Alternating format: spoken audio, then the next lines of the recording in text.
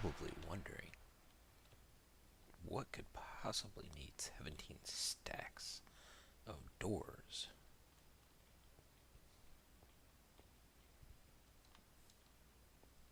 The mother of all mother, an iron golem farm,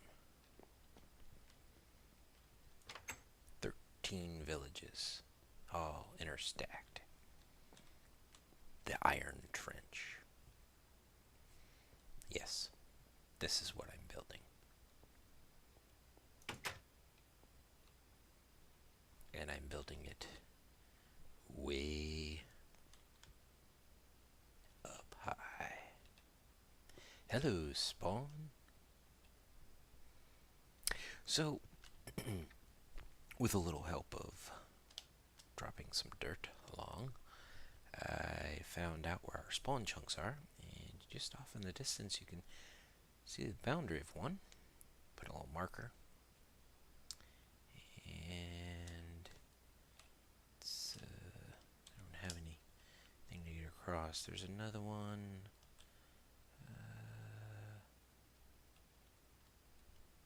Somewhere along there. I don't see it. There's another one. Should be. Oh, wait, there it is. That little patch of melted snow. Doing the disco dance. And then, ooh. Then right there behind my spawn house is another one. Those two corners meet right down there. So this build is actually inside of that, so that the thing will be active all the time, or at least so long as somebody's on. And I will, of course, leave a link to Tango Tech's tutorial. And it is a very long video. It's about hour and 30, hour and 40 minutes long. But he goes over the science, explaining how villages work, how this thing works, and then he goes into the tutorial. So it's a pretty decent video to watch. So, yep, that's what this thing is.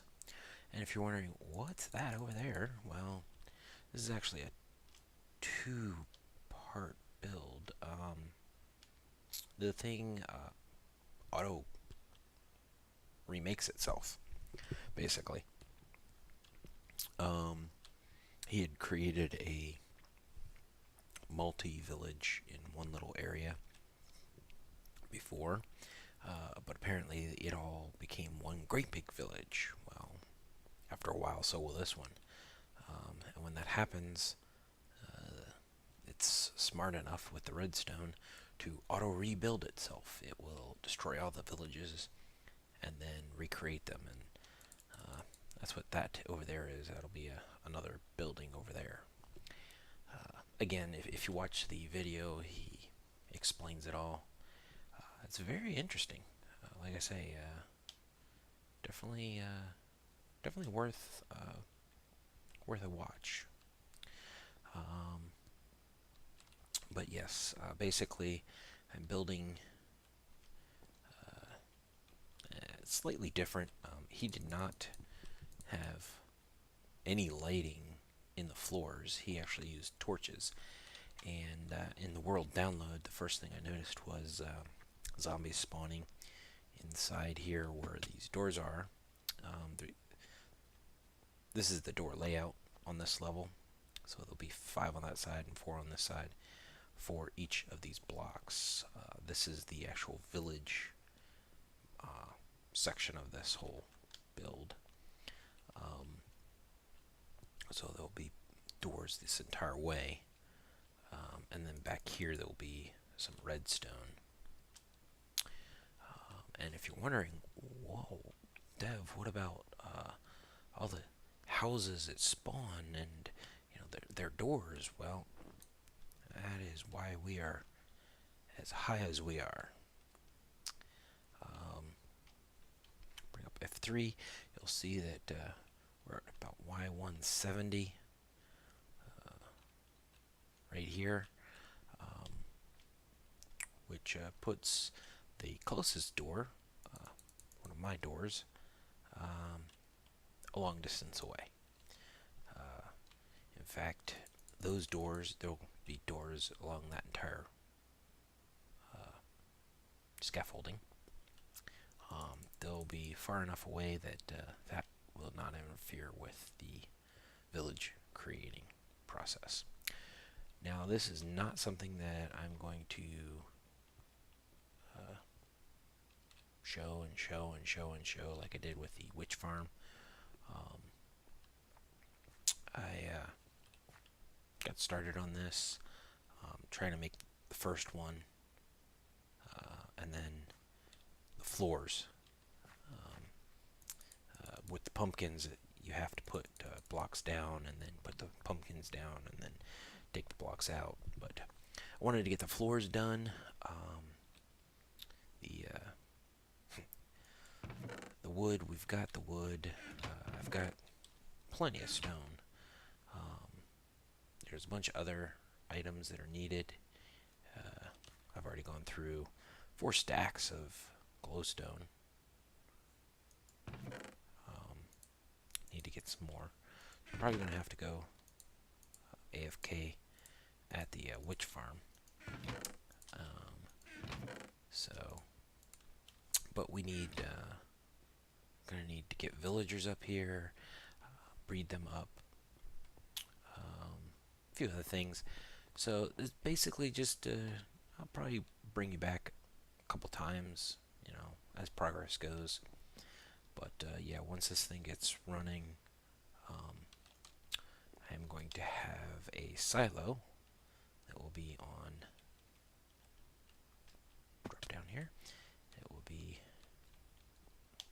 right over here, but won't interfere with the village creation process, and it'll be automatic.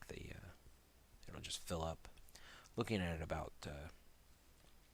10 columns of 10 chests is the design I've come up with indicators. I may go higher, I don't know. Well, it just kind of depends on how it goes. As far as getting up here, yeah, that ladder up is a pain in the backside. I tried to create a portal up here. It linked to the nether hub, and of course that went back to the spawn portal. Don't know why it did that. No clue why it's doing that. But I'm hoping that 1.7 will, with the ability to go through specific places on a portal to take you to specific portals. I'm hoping that'll be able to fix this. So, otherwise, yeah, it's a long ladder ride up. And as you can see, we are currently in 1.6.4, which is supposed to fix all of the structures that spawn creatures, witch farms, nether fortresses, and such like that. So, I have the message of the day that basically says, hey, if you've ever been to something, go visit it again, just so that it gets updated.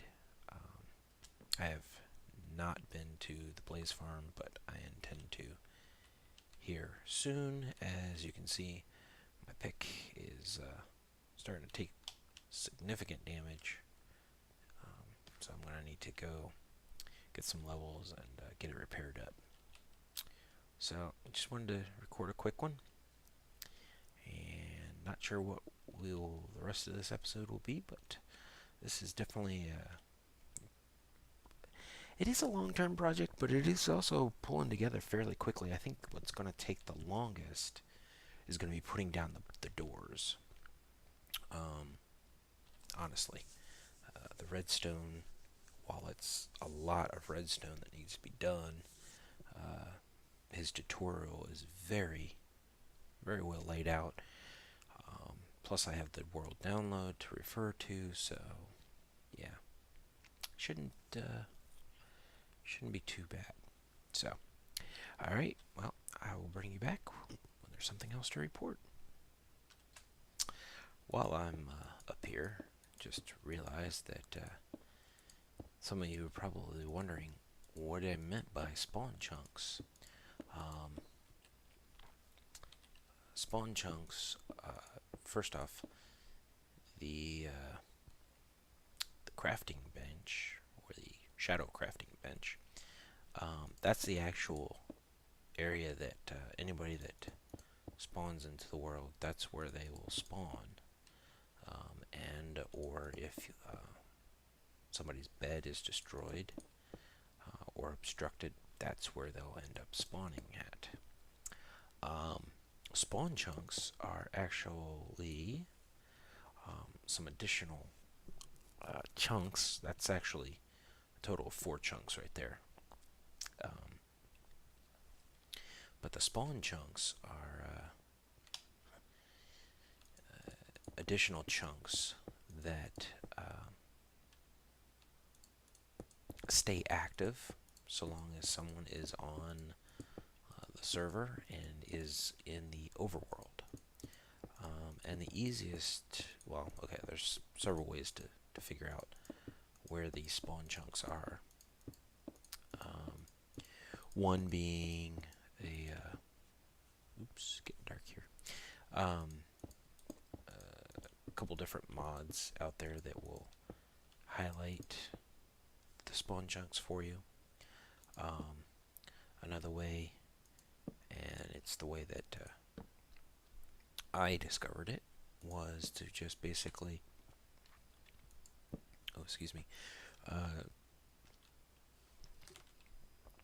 walk off in one direction, dropping an item. I used dirt. You just walk, and as you're walking, you drop, getting some lag there, you drop items. So it would basically be a item there, and item there, and item there. And then you keep on walking way out so that the chunks that you just dropped all these items in unload. And you wait your 5 minutes, and then you turn around and come back, and eventually you're going to find a place where there's going to be an item on the ground there, but not over here. And what that tells you is that somewhere along in here is the chunk border. And then if you look at the F3 coordinates, alright, so if you look at the Z coordinates, there at the end it says C11 parentheses 0. And that's for this block here. When I move over here, the parentheses goes up to 1. And if I go to this block, it says 15. Well, 0 through 15 is a chunk. So this is the first row of blocks in this chunk, and this is a different chunk. This is the 16th block, labeled as 15 because 0 would be 1, 1 is actually 2. So what you do is you look for the chunk. There's chunk 11, this is chunk 10 in the Z coordinates. You just look for, okay, there were no items in this chunk number 11. Alright, where is that boundary? Well, it's right here, so that's inside of the spawn chunks. Now this is valuable to, I came down here for glowstone. This is valuable to map makers when they're making redstone clocks for different maps. It can be valuable to server owners as well. If you wanted to have something like this to be active, whether somebody was there or not, because the chunks are always going to be loaded, whether someone is actually in the area or not. So that's what that is. Anyway, just thought I'd pass that information along. So now you know. All right. Well, I'm going to get back to this boring work of dropping down preliminary stuff. I will talk to you later. Just a quick update. The structure is mostly built. Still got to do doors. Just have the first layer of doors. Have this side done. But that's a quick update. Alright. And it's Tuesday evening. And my episode where I was building the nether smelter, finished it off, just went up today. Realized I didn't show off the tunnel. Yes, check out Griffiths82. So this is the entrance here. Lady kind of came in and spiced it up. Let's take a look going down. And as we're going down, as Griffiths did mention, being that he wants to interject himself into my video, he and I and Lady are recording some CTM maps and shenanigans. This is what the tunnel looks like. It was a little dark. Didn't really need glowstone because nothing's going to spawn in here, but I think it looks good. And then down there you can see the catwalk, which I think looks good too. The stairs do kind of get in the way of the view, but I think it still makes it look good overall. We'll go on down here. So we are going to be start putting those episodes out. Really would have liked to have included more people, especially Trip, but being he's in Europe time zones, it's kind of hard to get a recording done that isn't drastically hard for somebody. I become available after 8 p.m. Eastern, and that's like I don't know, 3 or 4 in the morning for him. And when he's available, sorry about that random noise. When he's available, it's like 2 in the afternoon my time, and I've got 4 kids that don't understand what please be quiet means. So, yeah. But basically wanted to get some videos done so that we'd have some content. Going to be putting those out, one episode every other day, like a Monday, Wednesday, Friday schedule. That should probably hold us out through some of the holiday season. So I did have somebody ask me why would I not want to get XP from the smelters. And basically I tried to explain to them, if I'm putting in a bunch of items in here for all of these to smelt, I don't want to have to stand here and pull items out of the furnace for the efficiency. A bucket of lava is going to smelt 100 items. Yeah, 100 items. So that's a stack plus. So for efficiency, you really want it to go through. Now, if you're just doing, 8 stacks of something, well, that's different. By all means, flip it to XP, and grab. But when you're doing like a double chest full of something, you want to want to get as much smelted as possible. Oh, pardon me. So, alright, well, I think I'm going to end it here. And we got the crybabies back. We did have a situation Monday when I logged on.